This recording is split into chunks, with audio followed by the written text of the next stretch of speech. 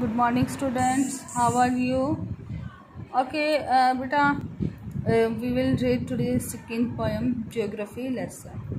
है ना? Geography, you read the book of Geography, है ना? It is the subject of you in SS. Geography, भूगोल, जिसमें हम पृथ्वी के बारे में जानते हैं, है ना? Can you imagine that your city would look like if you saw it from 10,000 feet above the ground? Neatly planned and perfect in proportion like a geometric design, it would strike you as something very different from what it actually is while you are in the thick of it. Here is a poet's description of just such a view of the city and some questions that come to his mind. But in this poem, it has been described, हम सोचते हैं कि हम जब शहर की गलियों में घूम रहे होते हैं कि शहर की गलियां क्यों बनाई होंगी, कैसे बनाई हैं ये. बट अगर हम 10,000 फीट ऊपर देखते हैं, ऊपर से अगर ग्राउंड को देखते हैं, पृथ्वी को, तब हमें समझ आ जाएगा कि जो भी सिटी प्लान की जाती है वो एक ज्योमेट्रिकल डिज़ाइन के अंडर प्लान की जाती है. बिल्कुल ओके वे में जो है वो प्लान की गई है. और उसी से रिगार्डिंग ये पोएम है आपकी. When the jet sprang into the sky, jet aeroplane, जब एरोप्लेन sprang उड़ा, spring second form sprang, into the sky आकाश में उड़ा.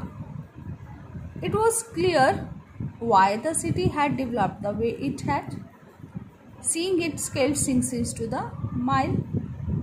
और कहते हैं कि जब थोड़ी सी ऊपर उठा तो कहते हैं कि वो क्लियर हो गया, क्योंकि हम जब शहरों में घूमते हैं तो हमें सब ऐसे ही लगता है कि गलियां जो है वो ऐसे ही बनी हुई हैं.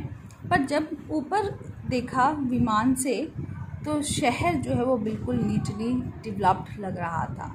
मुझे स्पष्ट हो गया कि ये जो है क्यों बना हुआ है, सिटी इस तरीके से क्यों बना हुआ है. There seems an inevitability about what on ground had looked happens. Inevitability that cannot be avoided. मतलब ऐसा नहीं लग रहा था कि जिस तरीके से ग्राउंड हम लगता है कि ये सब हैफर्ट्स मतलब विदाउट प्लान है, विदाउट ऑर्डर, मतलब ऐसे ही बना दिया गया सिटी. बट वहाँ से हमें लग रहा था कि ये बहुत ज़्यादा ज़रूरी है. अनप्लान्ड एंड विदाउट स्टाइल, ये सिटी के बारे में बोला गया कि सिटी की गलियाँ जो अनप्लान्ड और विदाउट स्टाइल लगती हैं. ठीक है, बट वो क्लियर हो गया. पॉइंट कह रहा है कि when the jet sprang into the sky, जब आकाश में विमान उड़ा.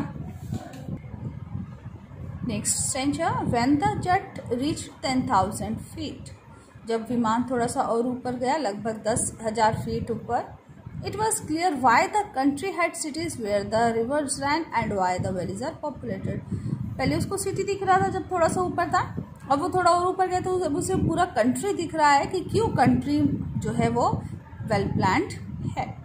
और उसने क्या देखा वहाँ पर कि जो कंट्री की सिटीज़ हैं, वेयर द रिवर्स रैन, जहाँ पर नदियाँ हैं या जहाँ पर वैलीज हैं, घाटियाँ हैं, वही ज़्यादा पॉपुलेटेड है. क्योंकि जो भी हमें चाहिए होते हैं, जो भी हमारे जीवन के लिए नेसेसरी थिंग्स है, वो रिवर और वैलीज में ही पाए जाते हैं. क्योंकि नदियों के आसपास हम खेती कर सकते हैं, है ना. रोटी, कपड़ा, मकान, यही हमारी नीड है. और ये सब हमारी रिवर्स के आसपास रहकर या वैलीज में रहकर ही पूरी होती हैं, है ना.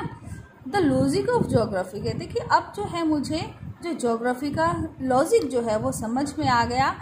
क्या है लॉजिक ज्योग्राफी का? Land and water attracted man, जहाँ पर ज़मीन होगी और जहाँ पानी होगा, इंसान अपने आप ही वहाँ पर अट्रैक्ट हो जाएगा, वहाँ अपने आप ही सिटीज़ प्लान्ड हो जाएंगी. ठीक है. वॉज क्लियरली डिलाइनेटेड, मतलब डिलाइनेटेड शो हो रहा था, दिख रहा था. When the jet reach 10,000 feet, जब मेरा विमान जो 10,000 फीट की ऊंचाई पर पहुंच गया. Clear. Next, when the jet rose, rose मतलब थोड़ा और ऊपर उठा, 6 miles हाई, पहले की ऊंचाई से 6 मील और ऊपर गया. It was clear the earth was round, अब पहले उसे सिटी दिख रही थी, फिर उसे कंट्री दिखे, अब उसे पूरी अर्थ दिख रही है. और कहते हैं कि अब मुझे समझ में आ गया कि अर्थ क्या है, राउंड है. That it had more sea than land, और पानी ज़्यादा है और लैंड कम है, ये मुझे समझ में आ गया है। Next page. But it was difficult to understand that the men on the earth found causes to hate each other. और कहते कि पर ये समझना मुश्किल था कि लोग, कहते कि अब क्लियर हो गया कि जो मैन ऑन द अर्थ है causes to hate each other, to build wall across cities and to kill from that height. It was not clear why. कहते कि ये क्लियर हो गया कि पृथ्वी गोल है, पृथ्वी पर समुद्र ज़्यादा है, लैंड कम है। पर कहते कि ये समझना मुश्किल हो गया कि जो इंसान हैं जो पृथ्वी पर पाए जाते हैं वो एक दूसरे से नफ़रत क्यों करते हैं, एक दूसरे के बीच में नफ़रत की दीवार क्यों बनाए रखते हैं, क्यों एक दूसरे को मारते हैं।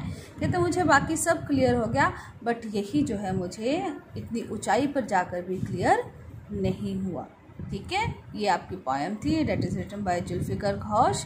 और ज्योग्राफी लेसन के जरिए उसने इंसान के अंदर जो भी बुराइयां हैं, इंसान जो है एक दूसरे को हेट करता है, ये सब जो है उसमें उसने उसको क्रिटिसाइज़ किया। Okay, thanks and have a nice day.